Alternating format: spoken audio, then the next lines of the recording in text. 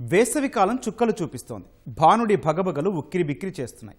బయటికి రావాలంటేనే భయపడాల్సిన పరిస్థితి. అలాగని ఇంట్లో కూర్చున్నా ఇప్పుడున్న ఉష్ణోగ్రతలకు ఉక్కపోత తప్పడం లేదు. దీంతో చల్లదనం కోసం వెతుకుతున్నారు జనాలు. ఫ్యాన్లు, కూలర్లు, ఏసీలకు 24 గంటలు పని చెబుతున్నారు. వీటితో పాటు ఉక్కపోతల నుంచి ఉపశమనం పొందేందుకు కూల్ డ్రింక్స్, జ్యూస్లు, నిమ్మ సోడా, ఐస్ క్రీంలు వంటి చల్లటి పదార్థాలు ఎక్కువగా తీసుకుంటున్నారు. వీటన్నింటిలో కామన్గా ఉపయోగించే పదార్థం ఐస్. ఎండాకాలంలో విపరీతమైన డిమాండ్ కలిగిన ఐస్ గురించి ఎవరు పెద్దగా పట్టించుకోరు. ఎలా తయారు చేస్తారు? తయారీలో FSSAI ప్రమాణాలు పాటిస్తున్నారా? జ్యూస్లలో లేదా ఇతర పదార్థాల్లో ఐస్ని ఎంత మోతాదులో వేయాలి? ఆ పదార్థాల్లో ఉంటున్న ఐస్ పరిశుభ్రంగా ఉంటుందా? లేకపోతే ఎదురయ్యే అనర్థాలేంటి? ఈ విషయాల గురించి పెద్దగా ఆలోచించరు. చల్లదనాన్ని పంచితే చాలు కదా, ఇంకేం కావాలి అనుకుంటారు. మరి ఈ ప్రశ్నలన్నింటికీ సమాధానం సంగతేంటి?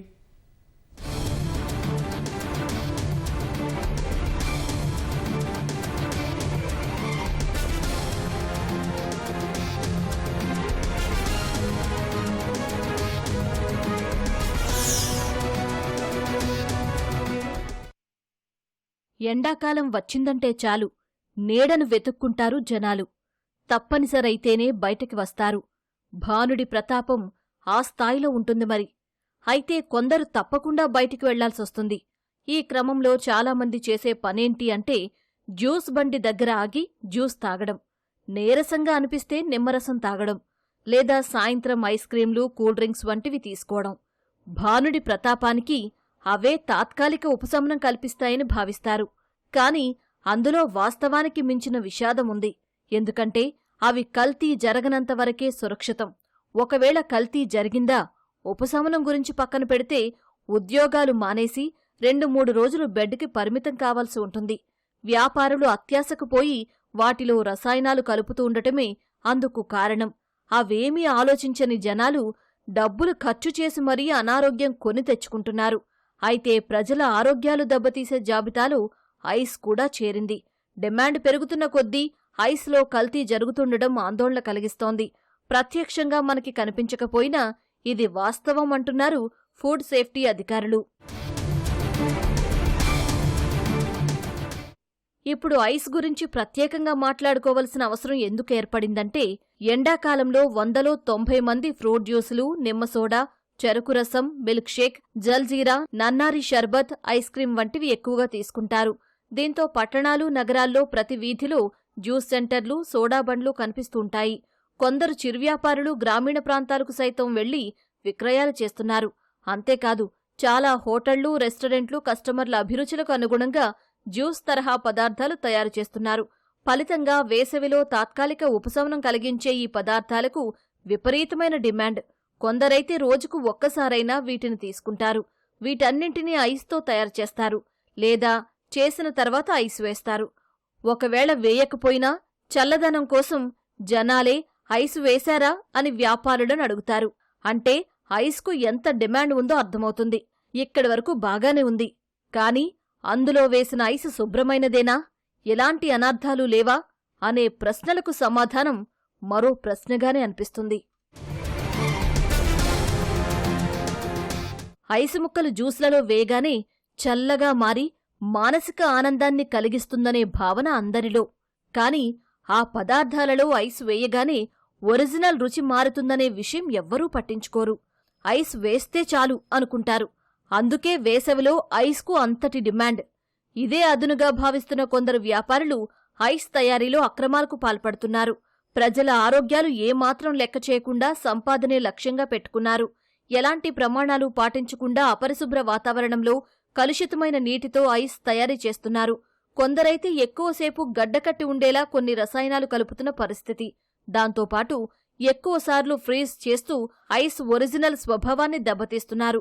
దీంతో ఉపశమనాన్ని కలిగిస్తుందనుకున్న ఐస్ ప్రమాదకరంగా మారి ప్రజల ఆరోగ్యాలపై ప్రభావం చూపిస్తోంది. స్పెషల్ అంటే సమ్మర్లో ఫేమస్ ఫాల్సా అని ఫ్లేవర్స్ ఉంటుంది. 15-20 ఫ్లేవర్స్ ఉంటుంది. ఫ్రూట్, న్యాచురల్ ఫ్రూట్ ఫ్లేవర్స్ ఉంటుంది. ఫ్లేవర్స్ సమ్మర్లో ఎక్కువ బిజినెస్ అవుతుంది. ఇది ఫ్లేవర్స్ మేమే మ్యానుఫ్యాక్చర్ చేస్తాం. ఐస్ మా దగ్గర ఉంది, మా కంపెనీలోంచి వస్తుంది. మేము మినరల్ వాటర్ ఐస్ ఇస్తాం. మేము bore water, waste water ice use చేయరు. మినరల్ వాటర్ మా ఓన్ కంపెనీ ఉంది, పట్టంచారు, మూతంగిలా. ఈ ఎండాకాలం అంటే మేము ఎక్కడైనా నిమ్మరసం ఉన్నా అక్కడ దాన్ని నీట్గా ఉన్నదో లేదో చూసి మేము తాగుతామండి. ఇప్పుడైతే మనం ఏడ నీట్గా ఉందో దాన్ని బట్టి మేము తింటున్నాం అనమాట. ఇప్పుడు ఎండాకాలం ఎక్కువ ఐస్ తీసుకుంటారు కానీ అది చాలా హెల్త్కి చాలా అది చాలా బేకర్ అండి. అది ఎందు గురించి అంటే అప్పటి మంది మనం నీళ్లు తాగుతాము, మళ్ళీ ఇమ్మీడియట్లీ మళ్ళీ ధూపు అవుతుంది. అది దాని బదులు నార్మల్ వాటర్ తాగడమే చాలా బెటర్ అండి. అది జ్యూస్లు, చెరుకు రసం, నిమ్మ సోడా విక్రయించే వ్యాపారులు సైతం ఐస్ తయారీ గురించి పెద్దగా ఆలోచించరు. చూడ్డానికి తెల్లగా కనిపిస్తుంది కదా, బాగానే ఉందిలే అనుకుంటారు. 2-3 రోజులకు సరిపడా బాక్సులు తెప్పించుకుంటారు. ఆ బాక్సులు కూడా ఎంత శుభ్రంగా ఉంటాయో అనేది అనుమానించాల్సిన విషయమే. ముఖ్యంగా రోడ్లపై వ్యాపారాలు చేసేవారు పరిశుభ్రత విషయం పక్కన పెట్టి ఎక్కడ తక్కువకు దొరికితే అక్కడే విక్రయిస్తారు. అందరూ అలా అని కాదుగాని దాదాపు చాలామంది ఇదే పద్ధతి ఫాలో అవుతున్నారు. ఇక్కడ గమనించాల్సిన మరో విషయమేంటంటే వారికి కూడా ఆ విషయంపై అవగాహన లేకపోవడం. ఉపయోగిస్తున్న ఐస్ ఎక్కడ తయారు చేస్తున్నారు, ఎలా తయారు చేస్తున్నారు, పరిశుభ్రంగా ఉందా అనేది వారికి తెలియదు. కొందరు తెలిసి కూడా చేపలు నిల్వ చేయడానికి ఉపయోగించే ఇండస్ట్రియల్ ఐస్ని కొనుగోలు చేస్తున్నారు. ఇది ఆరోగ్యంపై అధిక ప్రభావం చూపించే అవకాశముంది. కొందరు హోటల్ నిర్వాహకులు సొంతగా ఐస్ తయారీ చేసుకుని వాడుకుంటున్నారు. కానీ వారికి FSSAI రూల్స్ గురించి ఏమాత్రం అవగాహన ఉందో ఎవ్వరికీ తెలియదు. వీటన్నింటినీ బట్టి చూస్తే ఈ విషయంపై అధికారులు కఠిన చర్యలు తీసుకోవాల్సిన అవసరం ఉందనేది స్పష్టంగా అర్థం చేసుకోవచ్చు.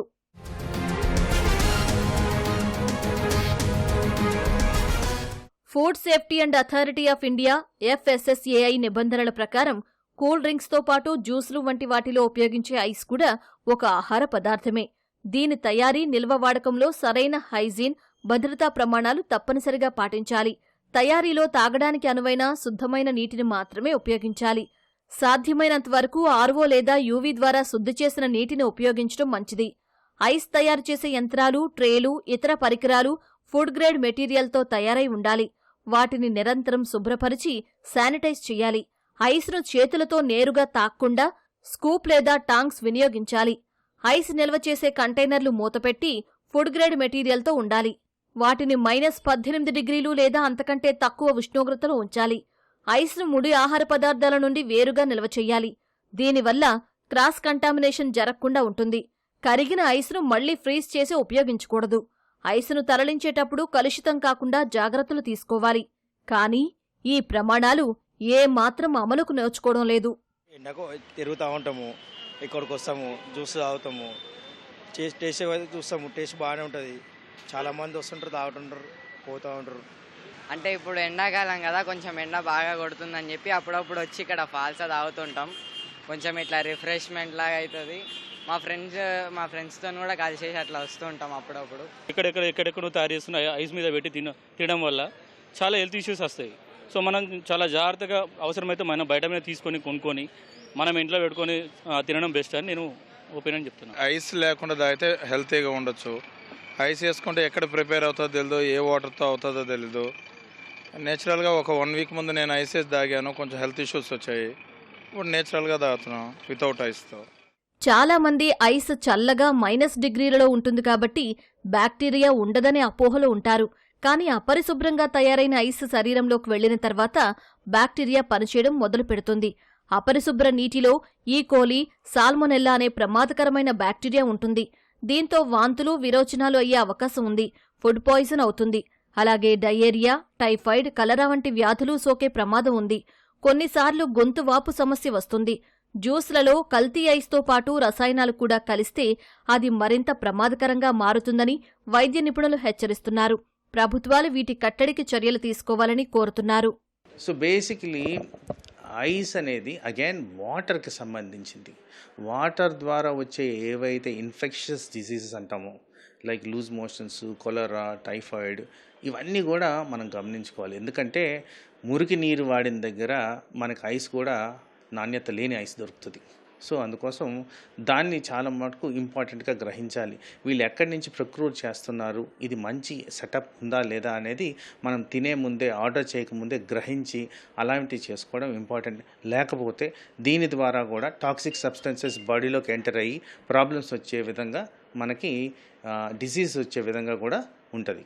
ఈ మధ్యకాలంలో ఉన్న అథారిటీ ప్రకారం ఏంటంటే, ఒకవేళ ఇన్ఫెక్షన్స్ ఇలాంటివి వస్తే వెంటనే మేము గవర్నమెంట్ అథారిటీస్కి తెలియపరుస్తున్నాం. వాళ్ళు వెంటనే చెకింగ్ జరుగుతుంది. అక్కడ ఎలాంటి ఎన్వైర్న్మెంట్ ఉందనేది కూడా గవర్నమెంట్ అథారిటీస్ రెగ్యులేట్ చేయడం జరుగుతుంది. ఆల్వేస్ మనం మెన్షన్ చేయాల్సింది ఫ్రెష్గా ఉందా లేదా, అది చాలా ఈజీగా గ్రహించవచ్చు. మన ముందే తీయడం అనేది జరుగుద్ది, మన ముందే కలపడం అనేది జరుగుద్ది. ఏ విధంగా కలుపుతున్నారు మనం దాని మీద శ్రద్ధ వహించి తీసుకునే ముందు అది గ్రహించడం అనేది ఇంపార్టెంట్. ఐస్ కల్తీ జరుగుతున్న మాట వాస్తవమే కావచ్చు, కానీ దానిని గుర్తించడం ఎలా అనే సందేహం రావడం సహజమే. అయితే ఐస్ గడ్డ మురికిగా కనిపిస్తే అది ఖచ్చితంగా కలుషితమైందేనని నిర్ధారణకు రావాలి. మరీ తెల్లగా పాలలా కనిపిస్తే కూడా స్వచ్ఛమైన నీటితో చేసింది కాదని తెలుసుకోవాలి. ఐస్ కరిగిన తర్వాత ఏదైనా లోహపు రుచి లేదా క్లోరిన్ వాసన వస్తే అది కల్తీ జరిగినట్లు. అయితే జనాలు ఈ విషయాలన్నీ తెలుసుకునేందుకు ఆస్కారం దొరకదు. కాబట్టి వ్యాపారులే ఈ విషయాన్ని గుర్తించుకుని సామాజిక బాధ్యతగా కల్తీలేని ఐస్ వాడి కస్టమర్లకు మంచి జ్యూసులు విక్రయించాలి. లేకపోతే ఐస్ కల్తీ సమస్య మరింత పెరిగి ఏదో ఒకరోజు మీ కుటుంబాలపై కూడా ప్రభావం చూపుతుందనే విషయాన్ని ఎరుగాలి. ఈ విషయాలన్నీ పక్కన పెడితే ఏ కాలంలోనూ ఐస్తో కూడిన పదార్థాలు అంత మంచివి కాదనేది వైద్య నిపుణుల సూచన. అంటే కాస్త ఖర్చు ఎక్కువైనా సరే ప్రకృతి సిద్ధమైన పానీయాలు తీసుకోవాలి. కొబ్బరి నీళ్లు, మజ్జిగ, ఐస్ లేకుండా చెరుకు రసం, రాగి అంబలి, సబ్జా గింజల నీళ్లు, నిమ్మరసం వంటివి తాగాలి. వీటి వల్ల అధిక ఉష్ణోగ్రతల నుంచి ఉపశమనం కలగడమే కాకుండా శరీరానికి అవసరమైన పోషకాలు అందుతాయని వైద్య నిపుణులు చెబుతున్నారు.